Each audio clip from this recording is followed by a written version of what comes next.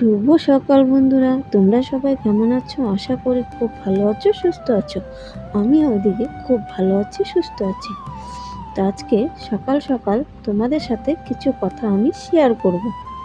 থেকে উঠে আমি রান্নাঘরে দরজাটা খুলে নেব, কেননা প্রত্যেকদিন রান্নাঘরে দরজায় আমি তালা দিয়ে রাখি। কেননা আমাদের বাড়িতে অনেক জিনিস চুরি হয়ে গেছে, তার জন্য আমি বাইরে রান্নাঘরে তালা দিয়ে তারপরে ঘুমোই রাত। আমি আজকে সকালবেলা কোনো কাজই করতে পারিনি, কেননা বাড়িতে একটা দুর্ঘটনা হয়ে গেছে। তার জন্য আমি সকালবেলা কোনো কাজ করতে পারিনি। তো এখন বাজে সকাল 9টা। তো আমি আজকে স্কুলেও যেতে পারলাম না। এদিকে মেয়ে সকালবেলা ওর ঠাম্মির সাথে চা জাল দিচ্ছিল। হঠাৎ করে গরম চা ওর হাতের মধ্যে পড়ে গেল।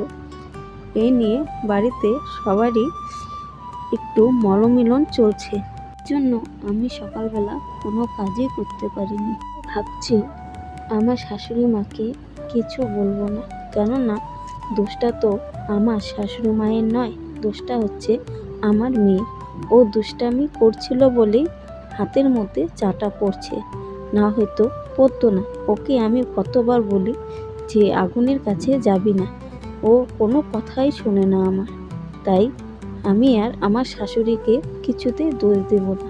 আমি বলছি তুমি কি আরও আগুনের কাছে যাবে? ও বলছে আর যাব না। তাই আমি বললাম যাও, তুমি যাই রান্নাটা করো। তো আমি আর আগুনের কাছে যাব না মা। আমি বললাম দুষ্টামি আরও করবা? কয় না, আমি দুষ্টামি করব না, ভালোভাবে আমি থাকবো, আমার কিছু ভালো লাগছে না। এদিকে মেয়ে কান্না করছে দেখে আমার মনটা প্রচুর খারাপ হয়ে গেছে। আমি মেয়েকে বলছি যে বাবা চুপ করো। ও চুপ করছে না, ও শুধু বলছে পাপাকে ফোন করো, পাপার সাথে কথা বলবো। ওর আবার কিছু হলে ও যতক্ষণ না ওর পাপার কাছে ফোন করে না বলবে অতক্ষণও কান্না করতেই থাকবে। আমি এদিকে ভাবছি যে কি করি। ওর পাপা সেদিন কাজে গেছে, এখন তো ও বাড়িতে আসতে পারবে না, কেননা আমাদের সংসারটা তো হাতের উপরেই চলছে। তাই আমি ভাবছি কিছু বলবো না। এদিকে মেয়ে পাগলামি শুরু করে দিয়েছে যে ও সাথে কথা বলবে। আমি এদিকে বুঝিয়ে সুঝিয়ে বললাম যে পাপার সাথে এখন কথা বলতে হবে না, আমি তোমাকে টিভি চালিয়ে দিচ্ছি, তুমি টিভি দেখো। ও বলছে মা টিভি দিবা, কার্টুন দিবা। কার্টুন দেখবো আমি। তা আমি বললাম যে কার্টুন দেখো, আমি এদিকে কাজ করি।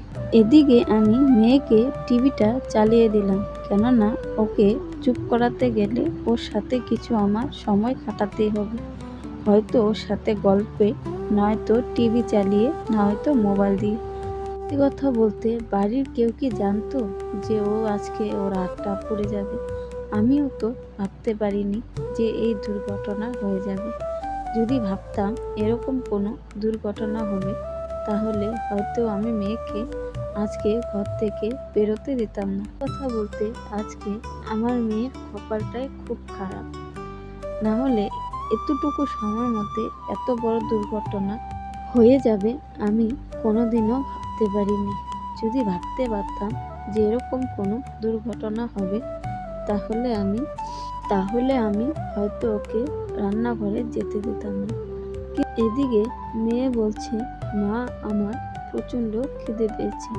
তাই আমি বললাম দাঁড়াও, ঘরটা ঝাড়ু দিয়ে নিই, পরে তোমাকে খাইয়ে দিচ্ছি। এদিকে মেয়ে বলছে ওর নাকি প্রচণ্ড খিদে পেয়েছে, তাই তাড়াতাড়ি করে আমার শাশুড়ি মা ডাল ভাত রান্না করে নিয়ে আসলো। আমি যে আমার শাশুড়ি মাকে কিছু কথা যে বলবো, আমি বলতে পারি না, কেননা উনির বয়সটা এতটাই হয়ে গেছে যে আমার কিছু বলতে খুবই লজ্জা করে। এদিকে মেয়েকে খাইয়ে দিচ্ছি না, তো পাশের বাড়ির মাসিমা এসে গল্প করছে, বলছে যে কিভাবে হাতটা পুড়লো। তা আমি বললাম যে সকালবেলা শাশুড়ি মা চা জাল দিচ্ছিল, চা জাল দিতে গিয়ে হাতটা পড়ে গেছে। এদিকে মাসিমা বসেছিল, বলছে আমাকে কালকে বৌভাত বাড়ি থেকে কখন এসেছো? তো আমি বললাম রাত্রি 12টার দিকে বৌভাত বাড়ি থেকে এসেছি। আমি বললাম তুমি বৌভাত বাড়িতে যাওনি? মাসিমা বলল আমি যাইনি, আমার শরীরটা বেশি একটা ভালো ছিল না, তাই আমি যাইনি।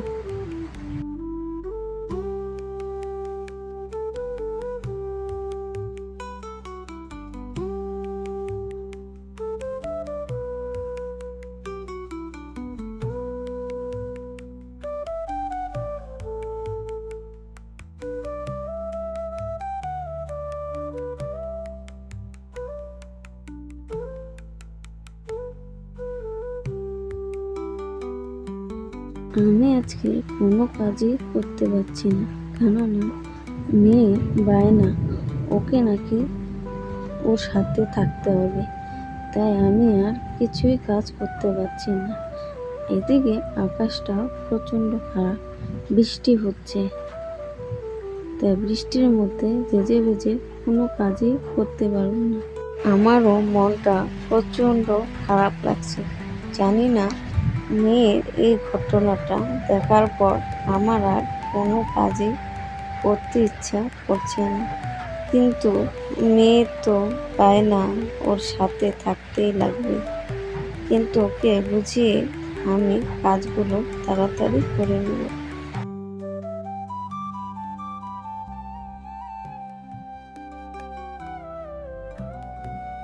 এদিকে আমি তাড়াতাড়ি করে কাজগুলো করে নিচ্ছি, কেননা তাড়াতাড়ি যদি কাজগুলো না করি তাহলে মেয়ে কখন চিল্লাবে, আবার ওর কাছে যেতে হবে। তাই আমি তাড়াতাড়ি করে কাজগুলো করে নিচ্ছি। এদিকে কাজ সেরে স্নান করে পুজোটাও দিয়ে দেবো।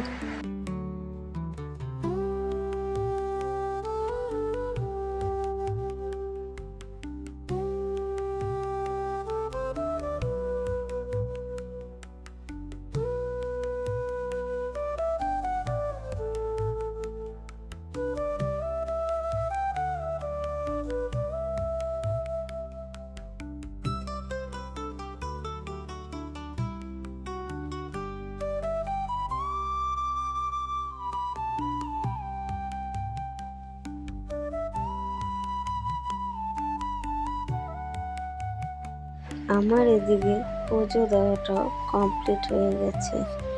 আমার পুজো দেওয়া হয়ে গেল, কারণ প্রচন্ড খেতে পেয়েছে, এখন আমি খাবো।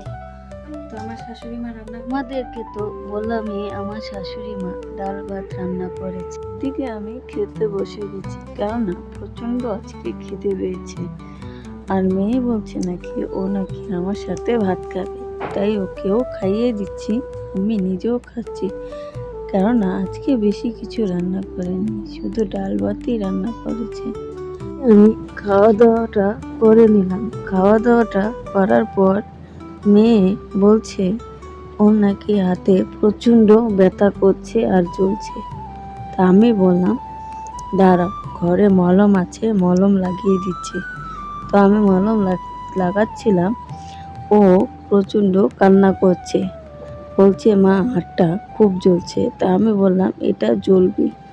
আমি মেয়েকে মলম লাগিয়ে দিচ্ছি, আর মেয়ে বলছে মা আজকে আমার রুটি খেতে ইচ্ছা করছে। তা আমি বললাম ঠিক আছে, রুটি বানিয়ে দেব। মলমটা লাগানোর পরে ওর দিদিভাইও চলে আসলো পড়ানোর জন্য। ও নাকি আজকে পড়বে না, কেননা বলছে ওর দিদিভাইকে আমার হাত পুড়ে গেছে, আমি আজকে বেশিক্ষণ পড়বো না। এদিকে ভাসতে বলছে কাকি তুমি কোথায় ছিলে, বোনুর হাতটা তো অনেকটাই পুড়ে গেছে। তা আমি বললাম যে আমি ঘরেই ছিলাম।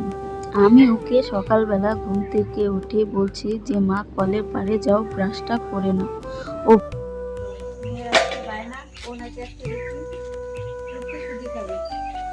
বিকেলবেলায় রুটি বললাম, কেননা রাত্রে প্রচন্ড বৃষ্টি হতে পারে, আকাশটাও বেশি একটা ভালো না। আমি জানি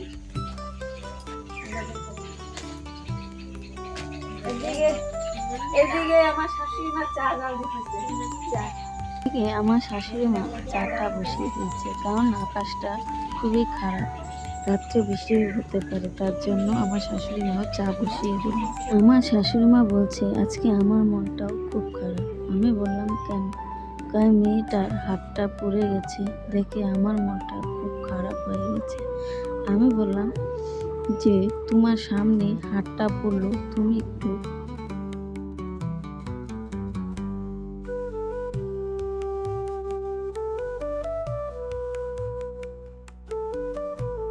রান্না হয়ে গেছে। তো এখন আমি রুটিটা বানাবো, কেননা সন্ধ্যা প্রায় হতেই চললো।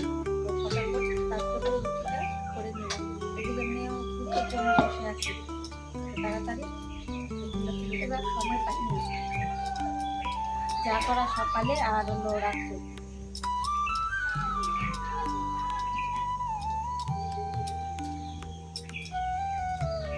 এদিকে আমার ভাস্তি, বড় ভাস্তি, ওকে বেশিরভাগ দেখা যায় না, কেননা ও পড়াশোনা করে, পড়াশোনার মধ্যে থাকে, তার জন্য বেশি আসে না। তো বন্ধুরা, এদিকে আমার রুটি বানানো কমপ্লিট হয়ে গেছে।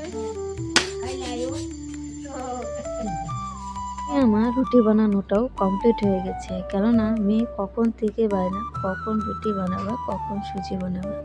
তো আমি এদিকে রুটি বানানো কমপ্লিট করে চলে গেলাম রান্না করে, কেননা আমি এখন সুজিটা বসিয়ে দেব।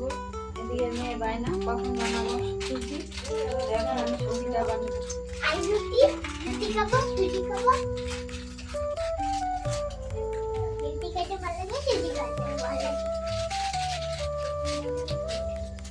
আমি সুজিটা ভালো করে ভেজে নেব।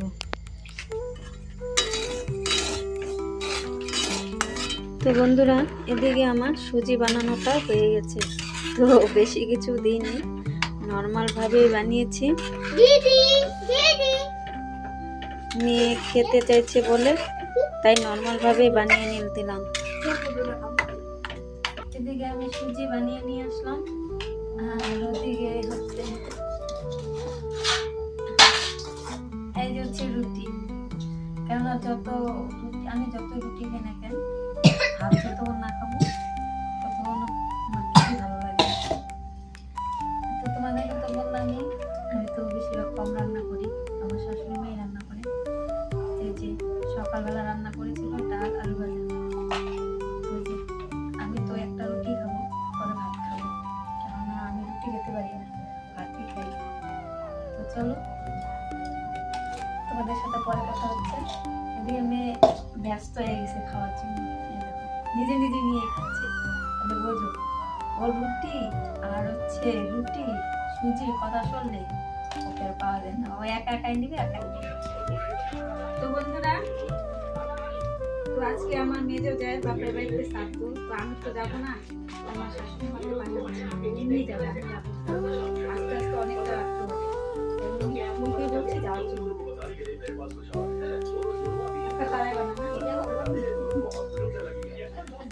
আমার শাশুড়ি মা আমাকে বলছে মেয়েকে ভালোভাবে দেখে রাখবে, কেননা হাতটা তো অনেকটাই পুড়ে গেছে, তার জন্য বলছে মেয়েকে ভালো করে দেখে রেখো। তো বন্ধুরা, বিছানাটা করে নিলাম, এখন শুয়ে পড়বো, অনেক রাত হয়ে গেছে। তো আজকের ভিডিওটা এই পর্যন্তই, দেখা হচ্ছে পরের ভিডিও।